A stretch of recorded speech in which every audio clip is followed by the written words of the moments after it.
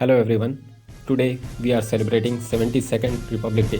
और आज हम रिपब्लिक डे के बारे में थोड़ा इंसाइट्स जानेंगे, क्यों 26 जनवरी को ही मनाया जाता है ये, और बाकी डिटेल्स के साथ हम इसे देखने की कोशिश करेंगे। देखिए, इस बार हमारा कोई भी चीफ गेस्ट नहीं है। लास्ट टाइम ऐसा हुआ था 1966 में, जब हमारा लाल बहादुर शास्त्री जी का ताशकंद में दुखद मृत्यु हुआ था और न्यूक्लियर साइंटिस्ट होमी जहांगीर भाभा का भी एयर क्रैश में डेथ हो गया था। तो ये दिन काफ़ी एक उत्साह वाला दिन होता है, क्योंकि पूरे देश में बहुत ही परेड और बहुत ही फन फेयर के साथ ये दिन मनाया जाता है। हमें भी याद है, हम बचपन से ये मनाते आ रहे हैं।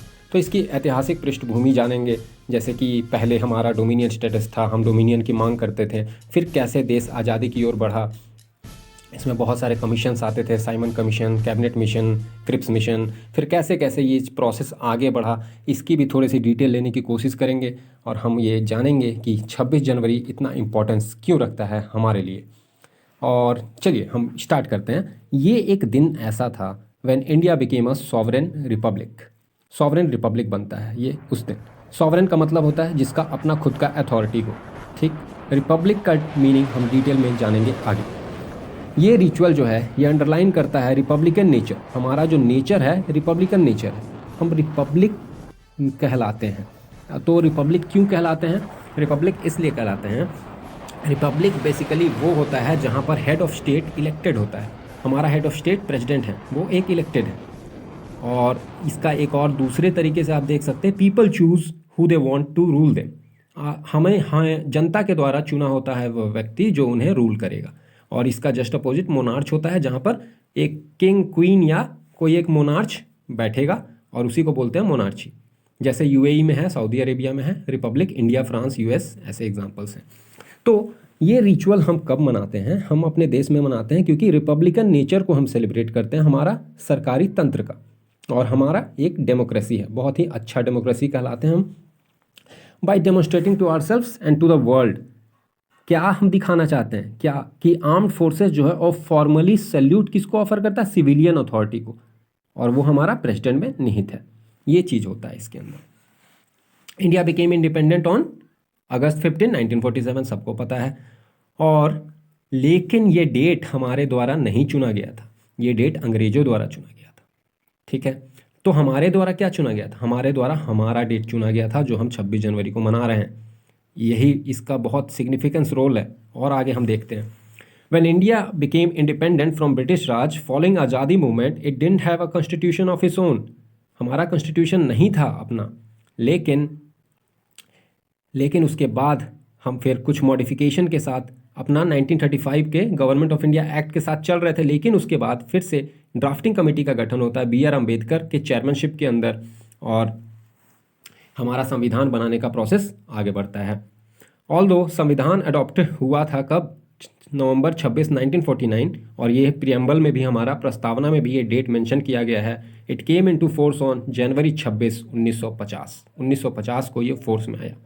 और ये जो दिन था इंडियंस के द्वारा चुना गया था, ये इंडियंस खुद के लिए एक दिन चुने थे, तो इसलिए इसका सिग्निफिकेंस भी बहुत इमेंस हो जाता है। और अगर हम ऐतिहासिक पृष्ठभूमि में जाएं तो संविधान बनाने का प्रोसेस अंग्रेजों के द्वारा एक फॉर्मली बोल सकते हैं अगस्त ऑफर 1940 से स्टार्ट हुआ था, लेकिन हम बहुत बाद में आकर हमें खुद से ये मौका मिला। तो 26 जनवरी इसलिए बहुत ज़्यादा सिग्निफिकेंस होल्ड करता है। और इसी डेट को 1929 में इंडियन नेशनल कांग्रेस डिक्लेरेशन करता है किसका? पूर्ण स्वराज का, कंप्लीट सेल्फ रूल। और जवाहरलाल नेहरू ट्राई कलर को होस्ट करते हैं बैंक्स ऑफ रिवर रावी पे, रावी नदी के तट पर लाहौर में इसे अनफर्ल किया जाता है।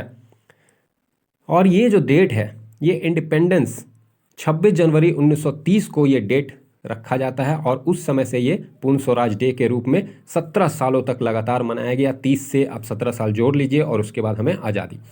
तो इसलिए ये डेट बहुत ही सिग्निफिकेंस भरा हुआ एक डेट है। तो when संविधान was adopted on 26 November 1949, many considered to celebrate this day with pride। 26 तारीख को प्राइड के साथ मनाना शुरू किया।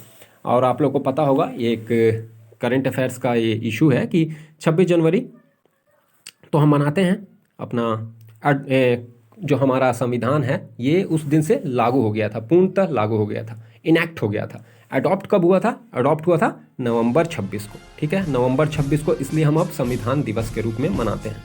तो चलिए अब हम थोड़ा सा कॉन्स्टिट्यूशन का फ्रेमिंग के पीछे चलते हैं, कॉन्स्टिट्यूशन का फ्रेमिंग कैसे हुआ था। तो देखिए 1946 में कैबिनेट मिशन प्लान आई थी, कैबिनेट मिशन प्लान, और ये प्रपोज किया था कि आप एक संविधान सभा का गठन कर लो।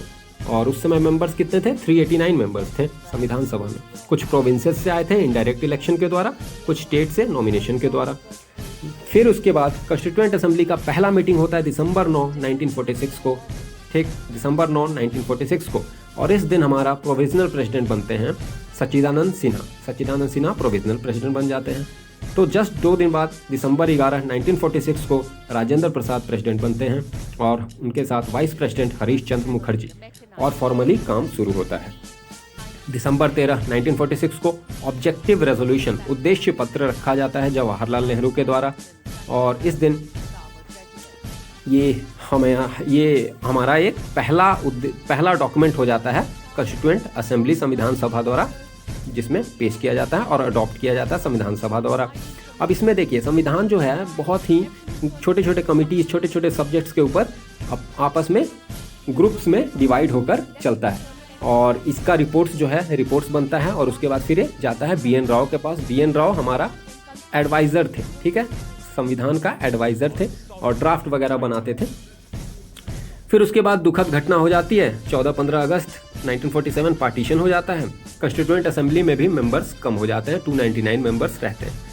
और फिर उसके बाद ड्राफ्टिंग कमेटी के मेंबर बनते हैं 29 अगस्त 1947 को BR अम्बेडकर, जिनको हम फादर और आर्किटेक्ट ऑफ इंडियन कॉन्स्टिट्यूशन के नाम से भी जानते हैं।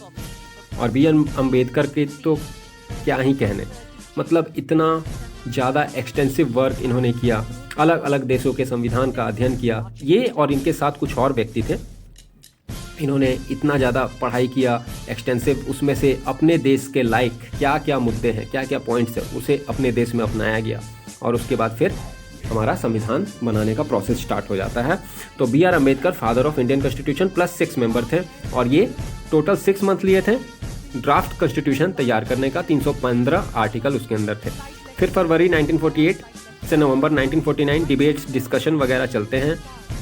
26 नवंबर 1949 को अडॉप्ट कर लिया जाता है। ये चीज़ याद रखिएगा, अडॉप्ट किया जाता है कुछ प्रोविजंस को, ठीक, पूर्णतः नहीं, कुछ प्रोविजंस को अडॉप्ट किया जाता है 26 नवंबर 1949 को। और हमें पता है 2015 से हम संविधान दिवस, कॉन्स्टिट्यूशन डे मना रहे हैं, ठीक है। अगर कॉन्स्टिट्यूशन का बात किया जाए, कॉन्स्टिट्यूशन ऑफ इंडिया क्या किसी आर्टिकल में, क्या किसी अनुच्छेद में है? 393, ठीक है, आर्टिकल 393 में मेंशन किया गया है। फिर 26 जनवरी 1950 को कमेंसमेंट ऑफ कॉन्स्टिट्यूशन हो जाता है, हमारा संविधान पूर्णतः लागू हो जाता है। और ये क्यों सिग्निफिकेंस होल्ड करता है, मैंने पीछे बताया कि 1929 लाहौर सेशन, पूर्ण स्वराज डिमांड एंड 26 जनवरी 1930 में इंडिपेंडेंस डे सेलिब्रेटेड। ये एक तरह से आज़ादी का दिन, पूर्ण स्वराज का दिन मनाना शुरू हो जाता है 26 जनवरी से, इसलिए। तो अब टोटल कॉन्स्टिट्यूएंट असेंबली कितना टाइम लिया? 2 साल 11 महीने 18 दिन, 2 ईयर 11 मंथ एंड 18 डेज। कितने सेशन? 11 सेशन और एक सेशन एक्स्ट्रा हुआ था जिसमें सिग्नेचर्स वगैरह किए थे, तो आप बोल सकते हैं 12 सेशंस। और कितने सिटिंग्स हुए थे? 165 सिटिंग्स में ये कंप्लीट किया गया था, ठीक है।